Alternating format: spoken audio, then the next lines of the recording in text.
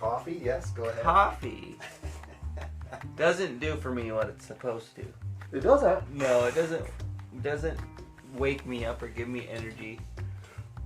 The irony. In fact, if I drink too much, it will make me sleepy. Wow. I don't know why. And I'm not the only one. I've heard other people share that as well. But I drink it because I like it. Okay. Not because it gives me that morning Pick boost. me up. Yeah. Okay. That may change as I get older. I don't know. But I hear you. right now. So, I actually drink half calf. Okay. And I considered switching to decaf completely because I don't care about the caffeine, except they don't make caffeine coffee as good. It's just not. Because the process... Caffeine or decaffeinated coffee is good? Decaf, excuse me. Okay. Yeah, no sweat. Yeah. And the reason that I understand it to be, I haven't looked into the process that much, but is they basically suck all the juices out of the beans.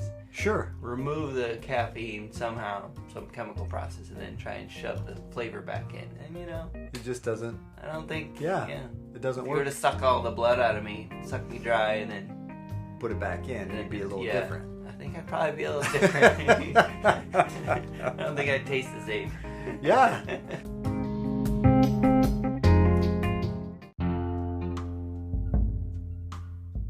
Welcome to How I See It with me, Mark Pratt, and Justin Sternberg. This is a podcast that works to counter cultural polarization through thoughtful conversations. No, I personally, of course, am not a coffee person. Yeah. I'm naturally caffeinated. I would refer to myself. Naturally caffeinated. Yeah. But I've heard that from others. So you haven't had your blood sucked out and the no, caffeine not in a caffeine removed. Not in a caffeine sense. Right. Yes. So you are caffeinated. I am caffeinated. Naturally. I'm naturally caffeinated. All right, fair enough. But as far as that goes, as you were thinking about that, what tends to come to mind when you think about not being fully energized or the ability to be energized? Yeah. Well, when I'm sleepy, I think about when's the next moment today I'll be able to rest. Or maybe grab a cat nap or something like that. Is there an opportunity to catch up? Because you kind of have that longing feeling of needing rest, of needing to sleep or whatever. And that's a nice little segue, Mark, because today our goal is to talk a little bit about the value of rest, right? Sure. And what rest can look like. I don't know. Who knows where we'll go. We'll do what we do. We'll meander around the topic of rest, but And as I was thinking about, as we talked about, rest, and I think our desire is to address topics that tend to be polarizing, and I think in some ways, as I think about rest, that can be one of those things that tends to be a polarizing topic. Because you follow me? Because I think as we talk about rest and sleep or what rest is, I think and possibly even myself, this is why I'm talking about it, I guess, that might equate rest with laziness. Right. Go ahead. Well, I was going to say in my industry, I guess the tech world, there's a hustle culture. It's called the hustle culture. Okay. Not just tech, but like in creator or like YouTubers. It's this idea that if you want to rise to the top, you got to hustle, and all day, all night. And in the tech world, it's, it's like whoever works the hardest is going to, the meritocracy idea, right? Like whoever works the hardest and proves their worth gets to the top. Gotcha. And then you think about America and just in general, how we're kind of like that. I think as opposed to a country like, what is it, Spain, siestas, I guess that's maybe Mexico. Mexico, yeah. I hear you. But I think France, maybe? Spain does too. I recall there being a country where they're very relaxed about, like, lunchtime, for instance. Sure. There's an actual shutdown of the day that everybody plans on in the middle of the day, and then that makes time for more partying at the end of the day. Yeah. But seriously, you're able to have that time, the siesta, to be able to rest. Mm-hmm. Yes. So what are your personal thoughts on rest, or even your ability to do it in contrast to the hustle? Yeah. So I think for me, I probably tend towards hustle. It's probably, like, if you were to look at a scale of hustle versus rest. Sure. The scale probably tips towards hustle. Yeah. And to the point where it needs to be more balanced, right? The scale should be a little more balanced, because and I think maybe this is slowly changing as I get older, just an understanding of, like, there's no reason or need to, like, continually prove myself. And I think it ties into other character traits of, like, needing approval, or needing to prove my worth or whatever. And so you always have to be on, right? And I think as I go, no, but that's how it's how I feel. Yeah. I think, and I think that naturally as I get older, I naturally care less about what people think, less about proving my worth. I've established enough stuff behind me, right? Like, there's enough under my belt, so to speak, to say credibility, worth that I've gained,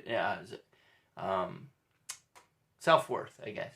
Okay. It's just like, and so the need to go is lessened, and I'm able to recognize the importance of rest. And also, family is a very important, like, dynamic to me right now. And to me, that often represents rest in a good way. Sure. Not always, of course, especially when the kids were younger and babies. And yeah, I think sometimes I would go to work just so I could get some rest. Sure. Yeah.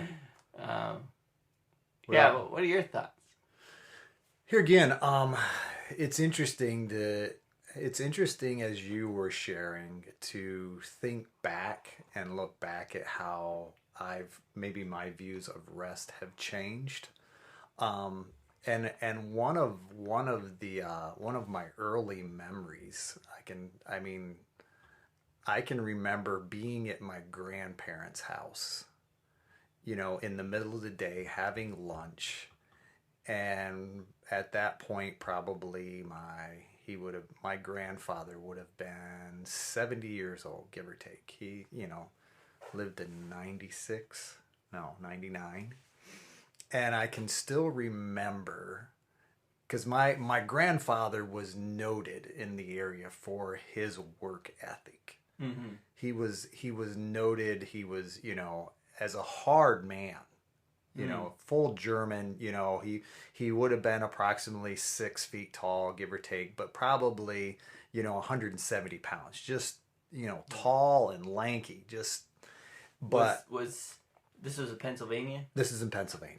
Okay. Yeah. It wasn't like he wasn't Amish or anything like that. No. Kind of that similar work ethic idea. Very similar work ethic. Even more so is just the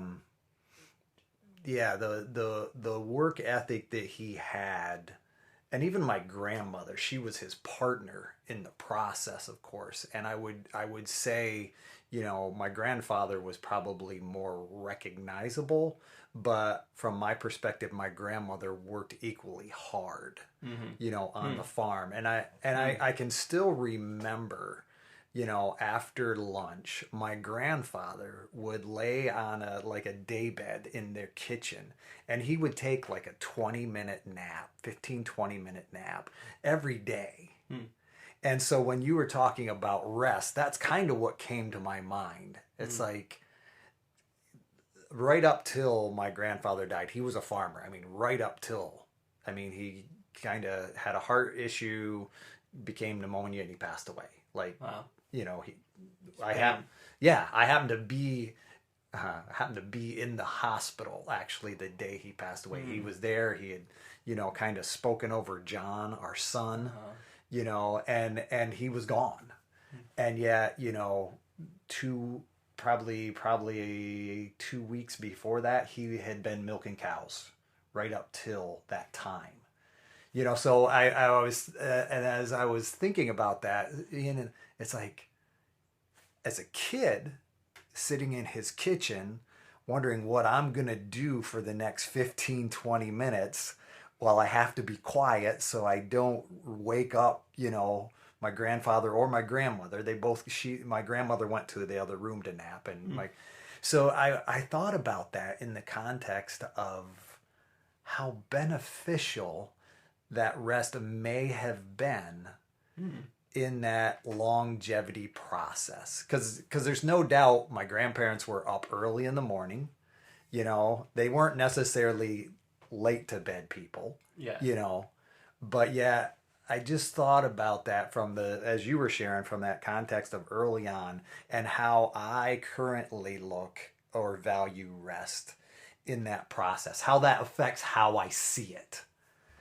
Is there a benefit to that nap in the middle of the day where longevity is concerned? Is there, the siesta?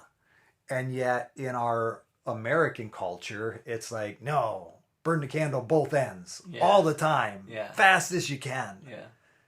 And here again, the older I get, the more I say, no, I'm not sure that's the most beneficial way. Right. And I think, because this truth be told, there's moments when I shift from the construction world to the therapy world where I know I've gotten up early to do the construction thing, and now I'm transitioning into my evening. I'll plan on getting to my office, the church, a half hour ahead of time, and I'll take a 15, 20-minute nap. Yeah. Just so that I'm recharged to be able to kind of do therapy the rest of the day. Yeah. And so it's funny that I find myself valuing the nap, again, just like to be able to get the rest. Yeah. And it's funny how it's not funny. It's almost a little sad that we're almost embarrassed to admit taking naps. Oh yeah. Because and I guess in some ways I'm far less embarrassed. Sure. And I think in some ways, I'll get ribbed, or it's like, you going back there to take a nap? It's like, yep, got 15 minutes. I set my little timer. Yeah. And it's like, yeah, then I'm ready to take on.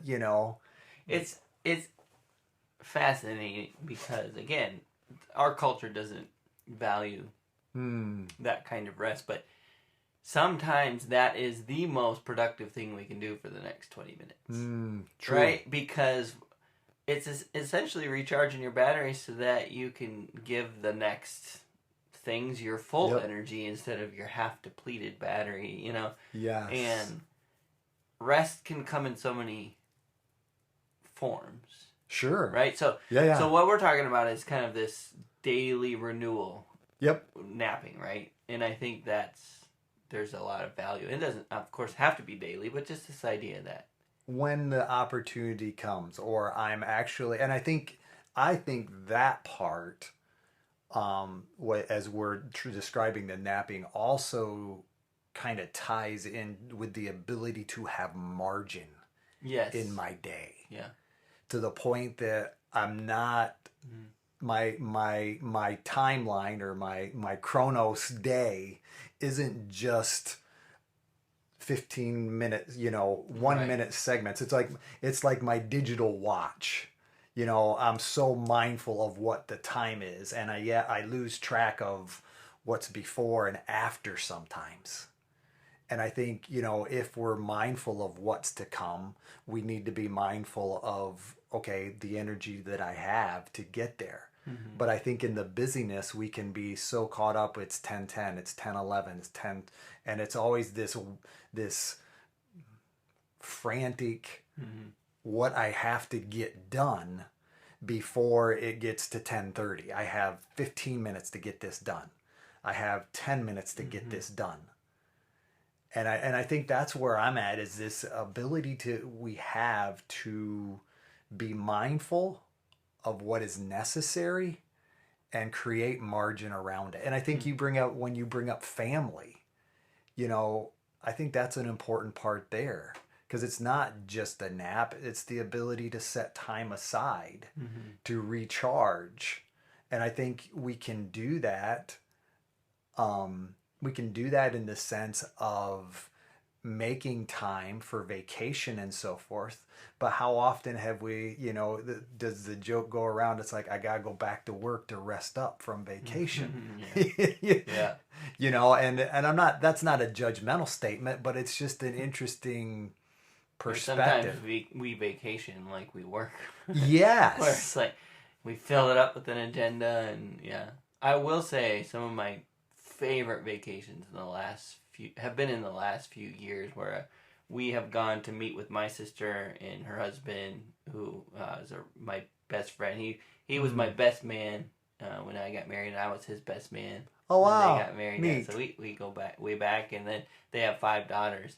And the last couple vacations we booked a cabin in the mountains, and we basically said, especially the first time, the first time we did this, we said, I don't know about you, but we just need to recharge. Like, we don't want a big agenda. We like the idea of just sitting around, talking with you guys, watching the kids, lighting fires, like agenda-free, relaxed, maybe even teetering on boredom, and especially the kids. Like, let them be bored, let them figure it out. Let them, Oh, nice. And that was one of my favorite vacations I can remember. Wow. Because it was such a recharging and man. And I think we took one trip out of that cabin to go to a hiking trail or whatever.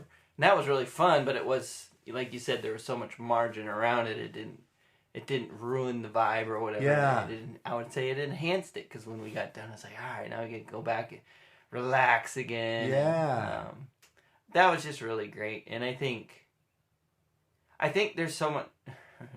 I mean, it's kind of obvious to say, but there's so much value in rest. And I guess what I was getting at earlier is that I think there's different kinds of rest, right? Like, there's kind of that daily renewal or semi-daily rest that can happen, and even nightly, right? We rest. And maybe some do it better than others, and, get their... Yeah. But there's also periodic rest in terms of vacation. And then there's seasonal rest. And this is an interesting dynamic that I'm starting to learn and appreciate, because I've never been a fan of winter. And this is something, you and I have talked about in terms of seasonal depression is a thing for me. And so, like, I see the days getting shorter, I see the leaves falling, and it's just very triggering for me. And it's not like I think about all that on a daily basis. It's just something about it triggers my psyche to be like, oh, fun is ending.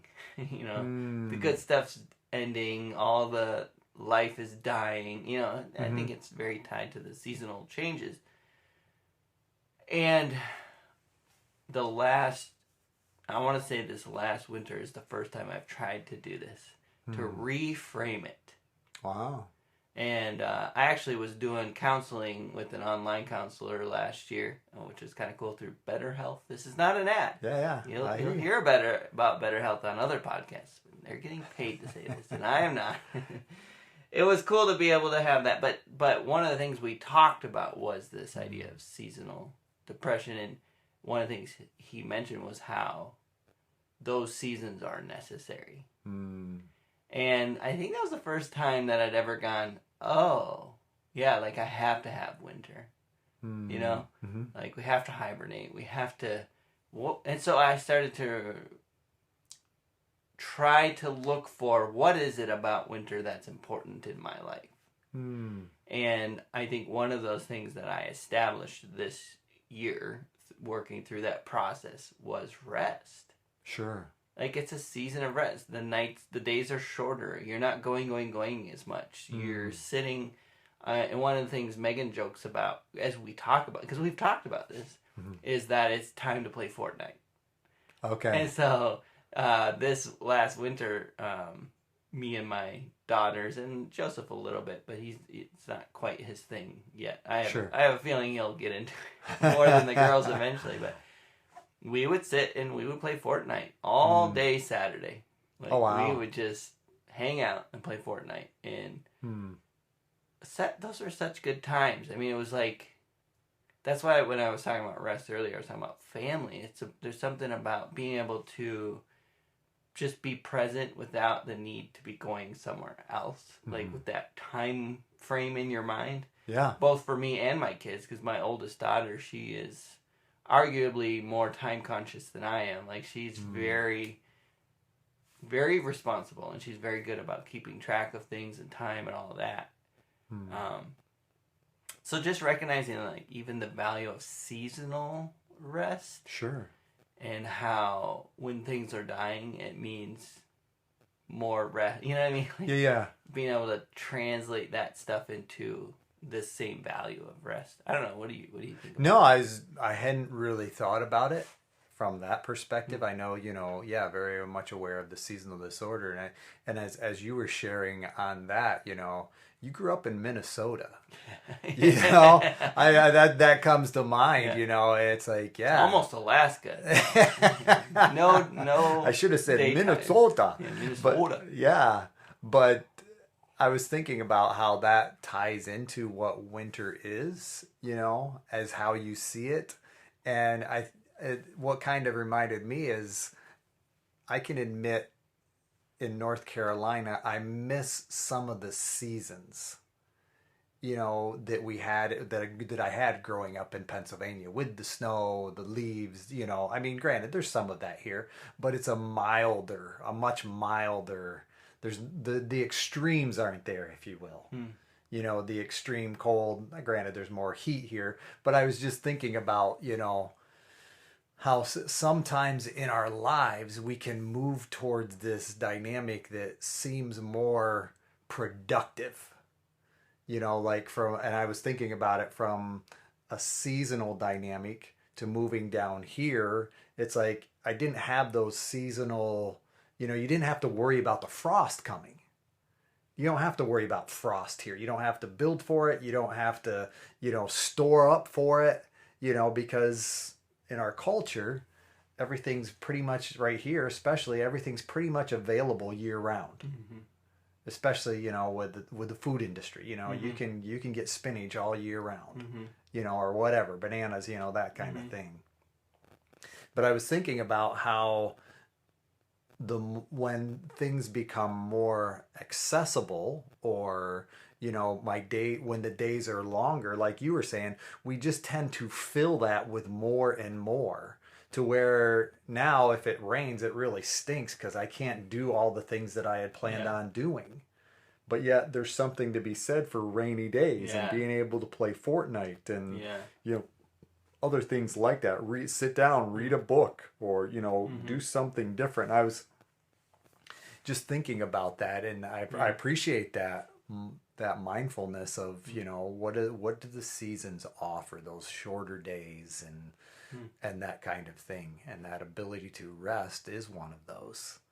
Yeah, when you mentioned rainy days, you made me. I kind of had a flashback to when I used to paint houses with people that friends from family, friends from church, whatever, part of their business, and just remembering those days where it called for rain and we couldn't go to work. Yeah. And just that, like, oh shucks, we had to stay home today, and it was bittersweet because we didn't get paid, hourly work, right? So, but just the forced rest. I love those days, and in that job, it felt like we were always on the go, always on the move, always behind, always catching up, always trying to get ahead. Like, it was kind of, I think I felt more rushed in that work than I do even in the tech world, which is kind of known for that. It just always felt like we had to go. And I don't know if that probably had tied into some of my need to get approval and like prove myself, combined with what was kind of conveyed. But so those moments where you're forced to sit, which again, you're kind of like, if you're aware of the business, you recognize like, oh man, now we're getting further behind or whatever. But at the same time, there's nothing you can do about the rain. Like, it's here, you know? Yeah. And yeah, it's just interesting to think about that forced rest sometimes. Sure. Yeah. Because I imagine you've experienced that too, where you've had, like you said, you had this full day, full week, full whatever, and then the rain came, and guess what? Just this week. Yeah. Just this week. I mean, it rained all day Monday. Yeah. You know, and I had it was supposed to be just a couple hours, right? Exactly. Like in the morning. Yeah. But it was still a good day.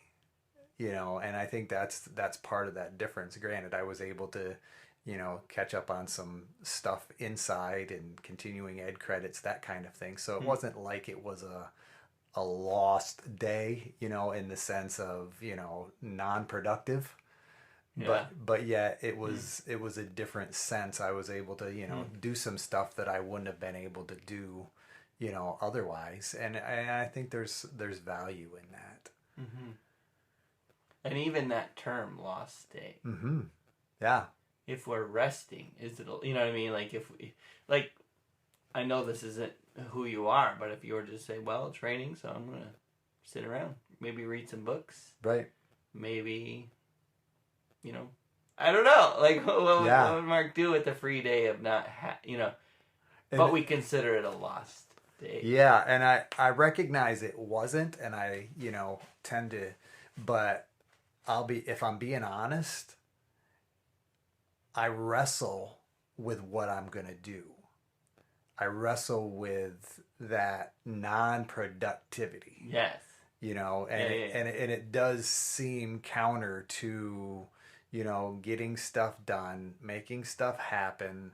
And I think, you know, that's the other side of that coin as we describe it. You know, it's like, what is it about rest that makes it seem like I'm not doing something? Like loss. Yeah. And where does that come from? That idea that, well, I just have to be doing something all the time. And I think, you know, that's probably different, or I know it's different for different people. Some people may not feel that at all, but I'm sure there are others who do feel that tremendously. And it's like they, like us, if I may say so, they probably struggle with that ability to set time aside for rest. Yeah. And, you know, and it's funny as we think about it, you know, even God had, you know, recognized that he needed, not that he needs, of course, but, you know, he took that day to rest after creation. We know that. And then, in order, you know, he set the pattern and then mandated it through the Sabbath, right? Sure. To the point where he said, I know you guys aren't going to do this unless I say this day's holy, and you're in big trouble if you don't do it. Yeah. Because there's two sides to that. Number one, we need rest, and he that's how he designed it. And number two, we don't want to rest. Yeah. You know, obviously it doesn't go for everyone, but I think generally our bent is towards, like you said, not losing the day. Right.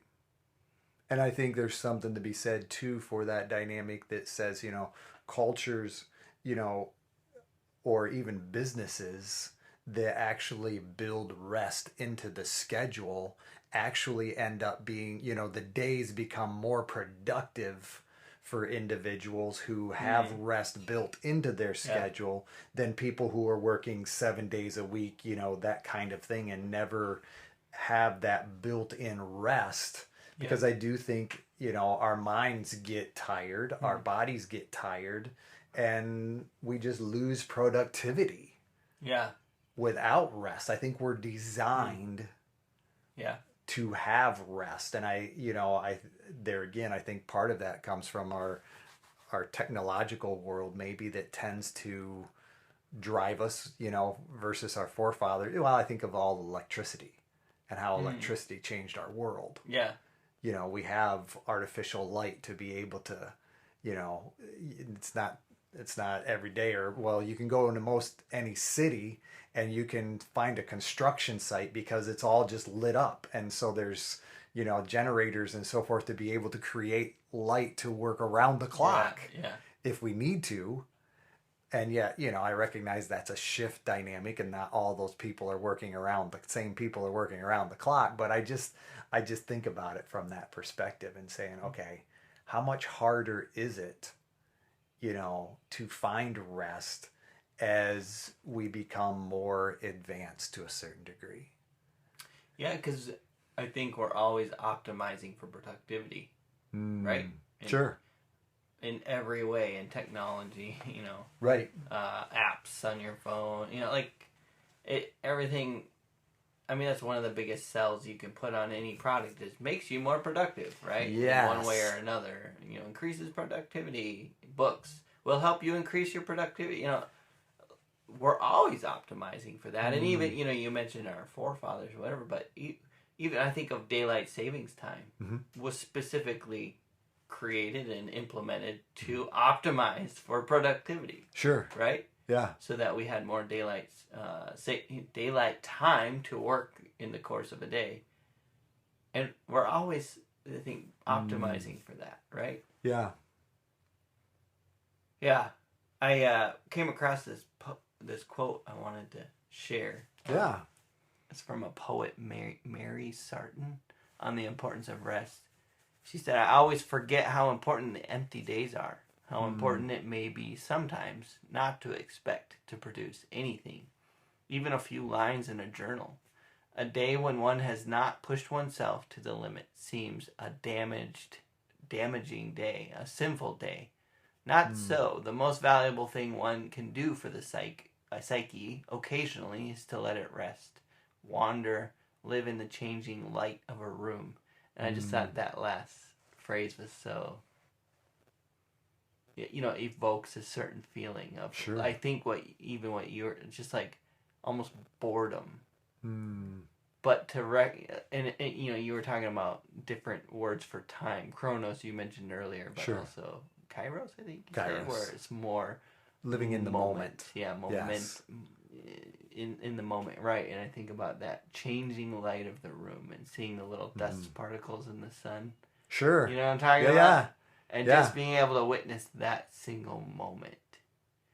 And being able to sit in that moment long enough to see it transition into another moment. Changing light. Yeah. Yes. That's what came to mind. It takes time. Yeah. I'm able to sit long enough to where I see the difference in the sun coming through the window horizontally, right. And I watch it shift as the sun rises, and it's like the room takes on different nuances in that amount of time, and even just sitting, I'm able to see things differently. Yeah. If I'm not in that push rush. And there is I really appreciate that, the rest and the wandering, allowing, there is something to be said for allowing my mind to wander even, and the rest that creates. And I think we do have to slow down. And I think the wandering of our minds can be, not just recharging, but of creating a vision, a dreaming, if you will, that recognizes that my life is bigger than just the Chronos time. But there are these moments, built of moments. Yes.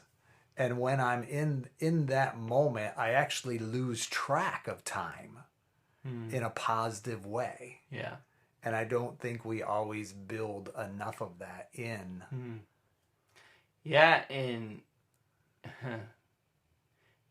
it's in those moments as well that we can quote unquote time travel. Partly because we can slow down time, right? Because I think when you're sitting in the changing of the light of the room, it feels like time just crawled to a stop. I think it's something so that's a unique experience, and it's interesting because this just happened the other day. Where were... Oh!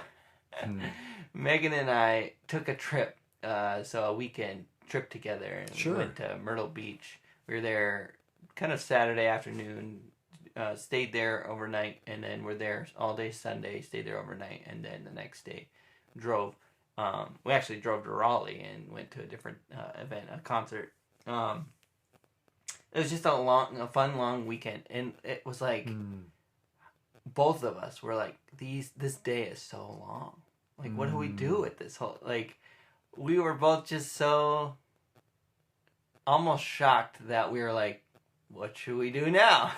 You know?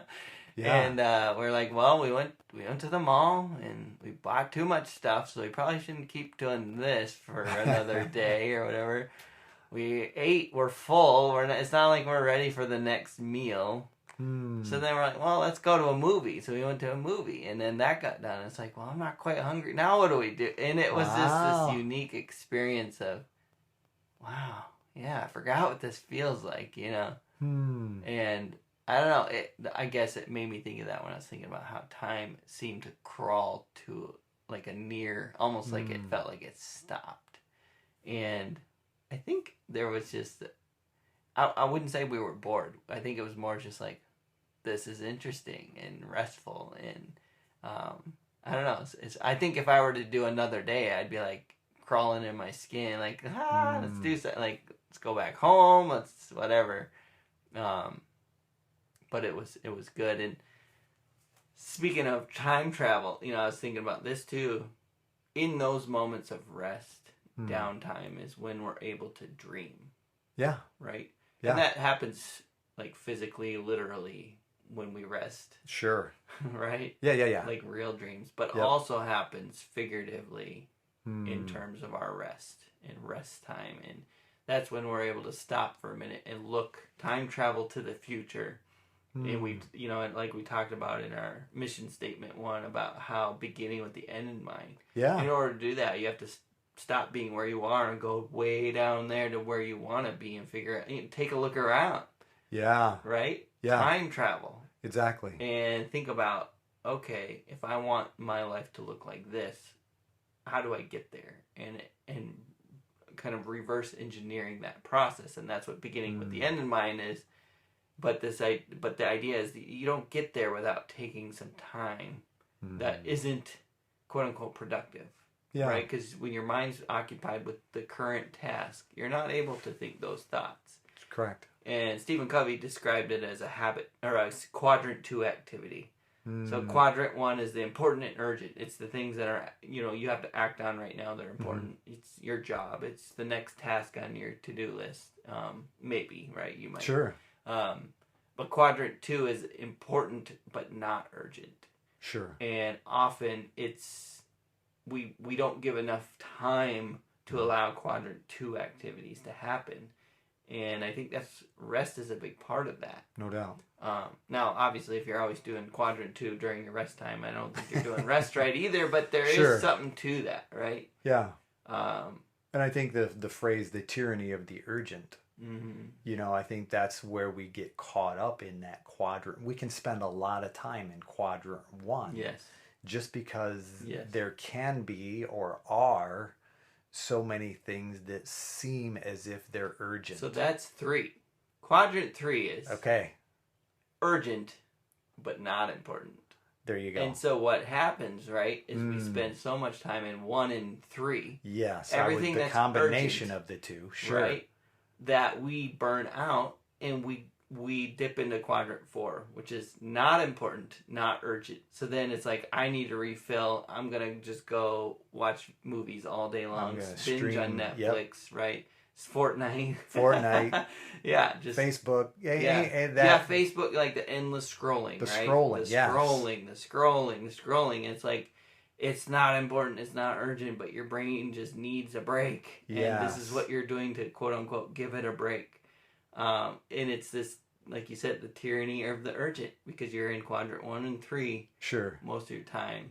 And go ahead. So and this is for everybody listening, or for me, even myself, you know, to the point. There's 4 quadrants then that you're Yes, talking about. yeah. It's like a window pane, Yep. if you will, divided into 4 sections. And one has to do with the urgent and necessary. Urgent and important. Urgent and important. Okay. And 3. So that would be like, you have to take your kid to the hospital. The things that only Right. you can do. Right, and it needs to happen now. Gotcha. And it needs to happen. Like, it is the thing you should do right now. Sure. You should never stop doing quadrant 1. Like, I got you. No, yeah, that's where I'm working through is this Yeah. this balance, because I'm hearing that 4 isn't necessarily as advantageous, but it's a default, if you will, Yeah. from spending too much time in 1 where it is important, it's urgent and it's important, and 3 it's urgent but not important. Right. And often we conflate urgency with importance. Exactly. Right. And that's where the tyranny of that comes Yes. from. It's like it's all important. Right. Everything's important. Right. And so therefore we don't pull back because I have too much important stuff to do, and we spend very little time in quadrant 2, Right. which was, define that for me again. So quadrant 2 is important but not urgent. Gotcha. And the irony is, the less time you spend in quadrant 2, the more quadrant 1 and 3 take over. Because Sure. quadrant 2 allows you to build in the margin that you need. It allows you to determine what is important. So then quadrant 3 becomes less, it takes up less space because you recognize what is actually important in life. It's a prioritizing. It's a prioritizing, yeah. Sure. Yep, and it builds in margin, and it builds it. And what he would argue is that we spend less time in quadrants 3 and 4, Okay. and instead spend that time in 2. So going back to what your quadrant 2 being not urgent but Okay. important, and that's Sure. where quadrant 2 activities happen, like planning, like dreaming, like Yes. organizing. So ideally, we want to find a sort of balance, if you would, between 1 and 2. Those That'd be the ideal. Yeah. yeah. And of course, he wouldn't say leisure is not No. whatever. But if you properly plan for, if you have if you're not reactively quadrant 4, like scrolling. Right. It's not a default because Right. I've just completely burnt out and this is all I want to do. It's not to say that I can't spend time scrolling Facebook, but yeah, even then, I'm still mindful of how much time I've already spent here. Right. I'm here for a moment to see what my friends and family are doing, but then I'm able to move on because it's not that my mind just needs that rest, and I'm using that as a default. It's a combination of your mind needing rest and your mind's inability to say no. So other things happen in quadrant 4 too that are less, innocent. Right? Gotcha. Because that's where we fall back. That's where we can fall into bad habits or even create bad habits because it's in that place where your mind just can't. It doesn't have its agency. Sure. If you will, right? It's that point where I can't handle it or I can't do this anymore. So I may fall into a habit or a hang up of sorts, and that can become a pattern. Yeah, I hear where you're coming from for that, because I just don't necessarily find myself having the energy to fight off or make a positive decision, a healthy decision. And I'm just kind of going to my default mechanisms. Right. And then sometimes we slip backwards into a habit where it's like, like let's use drinking for instance, right? And it's like you kind of have you have a drink or two or whatever, and it's like I just needed to separate from work, and so that provides that. But then you find like, oh, this is kind of an off switch to my work day. Yep. And it's really effective. Sure. So I can go, and then off switch. Yep. And all of a sudden, you need that off switch. Yep. There's nothing you can do besides that switch to make it stop. So now that switch is mandatory in life or whatever. Yeah. And now we're veering off of rest and all that, but I think. Well, I think it's the importance of having rest and finding that balance that keeps us from choosing those off switches where we want to find rest instantly. Right. I think that's part of what we're talking about is if I'm able to find that margin, build that margin, have a mission, if you will, that allows there to be margin, right, then I'm not necessarily looking for those instant offs. Yeah. Because I'm not only shutting off work, I'm shutting off other things as well. Right. And I think at that point, it's important for us to decipher the two. Yeah. And, I have a good friend that kind of the inverse of this. I described it with him like limiting the chaos, right? Making decisions to help, life decisions, what job you work at, what things you allow in your household, just whatever, that making decisions to limit the chaos, because sometimes you're not at a point where it's, I just have to do more quadrant 2 activities. Sometimes it's about stopping the geyser, right? That's just bursting. And it's like, what can I do to plug this hole? Okay, let's plug this one. Okay, and I call it limiting the chaos, because I think sometimes that's where you're at, Sure. But you can't get to rest until if you do have that going on, kind of that geyser situation, you can't get to the other side to rest until you start limiting some of that chaos, and so taking baby steps towards that and towards a future where rest is an option. You know what I mean? Yeah. Yeah. I think as when you say the geysers, I think about the plate spinner. We think there's so many plates and we got to keep them spinning, and it's like sometimes the best thing we can do maybe is let one or two of those plates just kind of not spin anymore. Yeah. And recognize, or somebody else can spin those plates. Yeah. And it's not that important for me, and it can stop. So yeah. And in some cases, like for instance, what job you work at or something like that, or a friendship you have, this particular job or this particular friendship asks you to hold 12 plates. And it's like, there's this other job that might ask you to hold 3, which is a reasonable number. Sure. For, on a daily basis. But this particular job that you're quote unquote stuck in or whatever is asking you to spin 12. Yeah. That's a way to limit chaos, right? Like, and so that's, it's interesting. I like the plate analogy too. Yeah. But so any closing thoughts?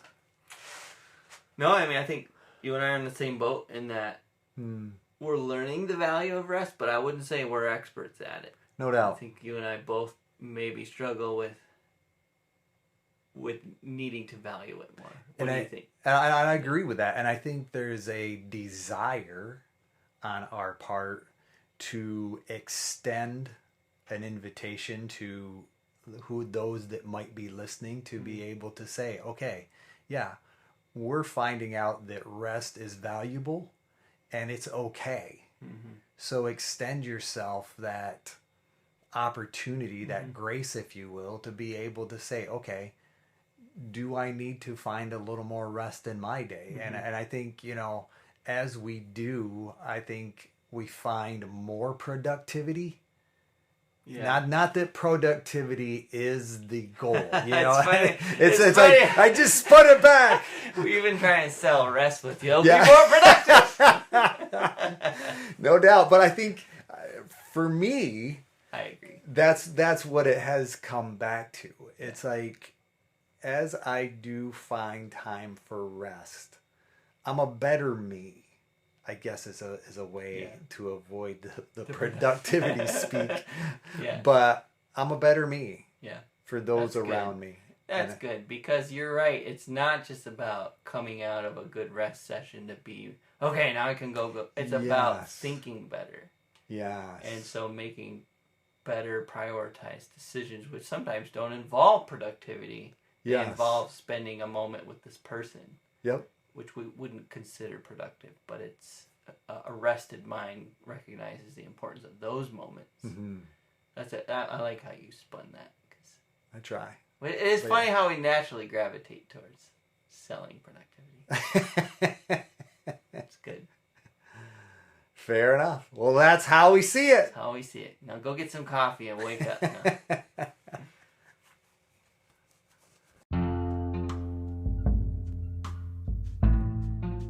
Hey, thank you for listening to our podcast. If you like How I See It, please do all the things that podcasts tell you to do. Subscribe, rate, review, follow us, and or talk nicely about us on social media.